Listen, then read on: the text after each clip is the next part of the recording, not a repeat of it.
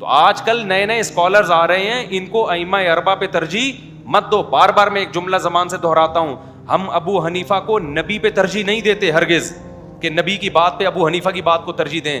ہم کہتے ہیں قرآن و سنت کا ایک مطلب ابو حنیفہ نے سمجھا ہے, اور ایک 15ویں صدی کے اسکالر سمجھ رہے ہیں.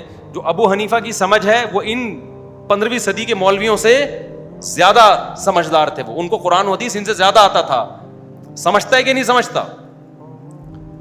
تو ایک چھوٹی سی مثال میں دے کے بس آگے چلتا ہوں تاکہ ہمارا ٹاپک نہ رہ جائے. تو اب دیکھو مجھے ایک بات بتاؤ, آپ سے میری بات ہوئی, ان سے بحث کر رہے تھے, السلام علیکم جناب, خیریت سے ہیں؟ خیریت سے ہیں. تو حضرت آگے تشریف لیں, بلکہ آپ تو ممبر پہ آ جائیں.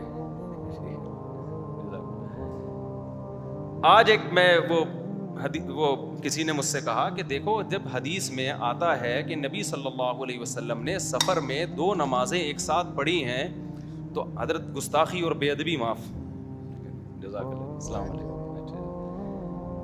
کہ نبی صلی اللہ علیہ وسلم نے 2 نمازیں اکٹھی پڑھی ہیں. جب حدیث میں یہ صراحتاً ہے تو آپ لوگ ابو حنیفہ کے قول کو حدیث پہ ترجیح کیوں دیتے ہو؟ سمجھ میں آ رہی ہے؟ یہ میرا ٹاپک نہیں ہے, چل پڑا ہے تو میں بتا دوں تھوڑا سا. میں نے ان سے کہا کہ نبی صلی اللہ علیہ وسلم نے 2 نمازیں سفر میں اکٹھی پڑھی ہیں, اس پر تو صحیح حدیثیں موجود ہیں. اکٹھی کا مطلب کیا ہے؟ اس پر حدیث یا تو صریح نہیں ہے یا صحیح نہیں ہے. جو صحیح ہے وہ صریح نہیں ہے, جو صریح ہے وہ صحیح نہیں ہے. صریح کا مطلب ہوتا ہے کہ یہ مفہوم, صریح کا مطلب بالکل واضح ہو کہ قضا کر کے پڑھی ہے, ایسی نہیں ہے. اور صحیح کا مطلب یہ ہے کہ اگر جس میں وضاحت ہے نا کہ قضا کر کے پڑھی ہے, وہ صحیح نہیں ہے, تو یا تو صحیح نہیں ہے یا صریح نہیں ہے. خیر اب یہ میرا ٹاپک نہیں ہے, میں جلدی سے اس کو غزوہ خندق کو مکمل کروں. تو یہ دور علم کا نہیں ہے, علم عمق اور گہرائی نہیں ہے. قرآن و سنت کے نام پہ بہت کچھ بولا جاتا ہے. تو میں یہ عرض کر رہا تھا, تو حضرت سلمان فارسی نے حکم دیا کہ کیا کی جائیں, خندقیں کھودی جائیں. تو خندقیں کھودی گئیں, اور پھر قرآن میں اللہ تعالیٰ فرماتے ہیں کہ ہم نے اس طرح سے مدد کی. وَإِذْ قَالَ طَائِفَةٌ هُنَالِكَ ابْتُلِيَ الْمُؤْمِنُونَ وَزُلْزِلُوا زِلْزَالًا شَدِيدًا. قرآن کہتا ہے یہاں مومنوں کو آزمایا گیا اور زبردست طریقے سے ان کو ہلا کر رکھ دیا گیا. وَتَظُنُّونَ بِاللَّهِ الظُّنُونَ پر بات کر رہا تھا کہ دل میں کیا آنا شروع ہو گیا, خیالات, وسوسے آنا شروع ہو گئے. تو اس سے یہ بھی پتہ چلتا ہے کہ وسوسے آنا یہ ایمان کے منافی نہیں. یہ ہر شخص کو آتے ہیں. ایسے لوگ آتے ہیں مجھے بتا رہے ہوتے ہیں کہ مجھے یہ خیال آ رہا ہے پتہ نہیں جنت ہے یا نہیں. تو یہ ان کا حل یہ ہے کہ آنے دیں, یہ آئیں گے خود ہی مارکیٹ سے شارٹ ہو جائیں. ان کو زیادہ لفٹ کرایا نا کہ کیوں آ رہے ہیں, تو یہ اور زیادہ دماغ میں کھوپڑی میں گھسیں گے. عمل کو سیدھا رکھو. میں اکثر ایک مثال دیتا ہوں, آپ کے باس نے آپ کو کوئی کام کہا کہ جا بھائی یہ تو چیک بینک سے نکال کے کمپنی کے اکاؤنٹ میں جمع کرا دے. آپ کو وسوسے آنا شروع ہو گئے, یار میں جاؤں گا چیک نکالوں گا, پتہ نہیں ڈاکو چھین نہ لیں, یہ نہ ہو جائے, وہ نہ ہو جائے, یہ نہ ہو جائے, باس نے یہ حکم صحیح بھی دیا ہے کہ غلط تو نہیں دیا, اس کے کرنے سے میں اسلام سے خارج ہو جاؤں گا, یہ جنت میں جاؤں گا. باس کو ان چیزوں سے کوئی فکر ہے؟ بولو نا. آپ آئے, آپ نے کہا میں نے چونکہ چیک نہیں نکالا چونکہ مجھے وسوسے بہت آ رہے تھے. بس باس کہے گا تیرے وسوسے تو اپنے پاس رکھ, جو کام میں نے تجھے بتایا تھا کمبخت تو نے وہ کام کیا ہے یا نہیں کیا. تو اللہ میاں کا بھی یہی حال ہے.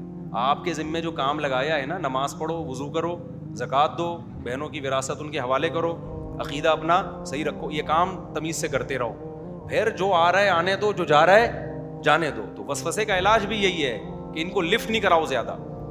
تو اللہ تعالیٰ فرماتے ہیں هُنَالِكَ ابْتُلِيَ الْمُؤْمِنُونَ وَزُلْزِلُوا زِلْزَالًا شَدِيدًا وَإِذْ يَقُولُ الْمُنَافِقُونَ وَالَّذِينَ فِي قُلُوبِهِم مَّرَضٌ مَّا وَعَدَنَا اللَّهُ وَرَسُولُهُ إِلَّا غُرُورًا. صحابہ کے دل میں تو صرف وسوسے آئے, منافقین کو پروپیگنڈا کرنے کا بہترین موقع مل گیا.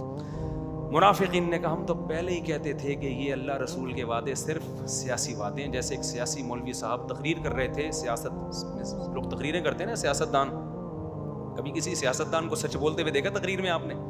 ایک سیاسی صاحب تقریر کر رہے تھے کہ آپ مجھے ووٹ دیں, میں 2 اسکول بناؤں گا, لڑکیوں کے لیے الگ, لڑکوں کے لیے الگ. آپ مجھے ووٹ دیں, میں 2 ہاسپٹل بناؤں گا, مردوں کا الگ, عورتوں کا الگ. کسی نے کہا ہمارے یہاں میٹرنٹی ہوم نہیں ہے, سمجھ رہے ہو نا, خواتین کے جو بچہ دینے کا اس ہسپتال وہ نہیں ہے. اس نے کہا آپ مجھے ووٹ دیں, میں 2 بناؤں گا, مردوں کے لیے الگ, عورتوں کے لیے الگ. تو سیاستدان کو تو پھینکنا ہوتا ہے, وہ تو پوچھ تو لے بھائی میٹرنٹی کا مطلب کیا ہے. تو موقع مل گیا ان کو, اس کو تقریر کا موقع چاہیے. تو منافقین کو یہاں کیا مل گیا؟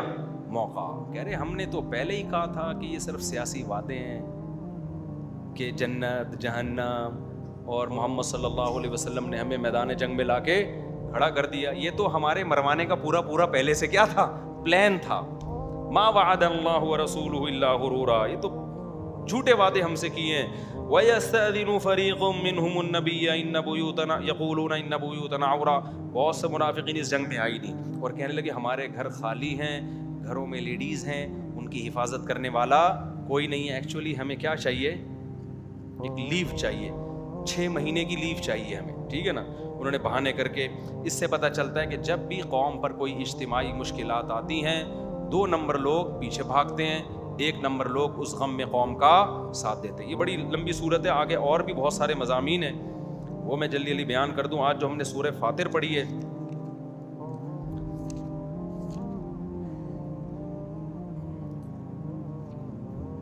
اچھا اس میں ایک بات یہ بھی دیکھو, قرآن مجید کیا کہہ رہا ہے؟ یا ایھا النبی قل لازواجک وبناتک, سورہ احزاب میں, اے نبی اپنی بیویوں سے اور اپنی بیٹیوں سے کہہ دیں. تو اس سے پتہ چلتا ہے کہ نبی کی بیٹیاں ایک سے زیادہ ہیں یا نہیں ہیں. کوئی یہ تعویل کر سکتا ہے کہ امت کی عورتوں کو روحانی بیٹیاں کہا گیا ہے؟ اس کا جواب اگلی آیت کے اگلے حصے میں, وَنِسَاءِ الْمُؤْمِنِينَ, اے نبی اپنی بیویوں سے, اپنی بیٹیوں سے اور عام مسلمان عورتوں سے کہہ دیجیے آپ. اس سے پتہ چلتا ہے کہ جو قوم, جو شخص یہ کہے کہ نبی کی صرف ایک بیٹی تھی, وہ اس آیت کا منکر ہوا کہ نہیں ہوا؟ تو نبی صلی اللہ علیہ وسلم کی حضرت فاطمہ کے علاوہ کتنی بیٹیاں تھیں؟ 3 بیٹیاں اور تھیں, تو 4 بیٹیاں تھیں, جن میں 2 کا نکاح حضرت عثمان سے کیا ہے, 1 کا نکاح کیا جب ان کا انتقال ہو گیا, تو پھر دوبارہ نکاح کیا, ان کا بھی انتقال ہو گیا, تو آپ نے فرمایا اور بھی بیٹی ہوتی تو عثمان سے نکاح کرتا میں. سمجھتا ہے کہ نہیں سمجھتا ہے؟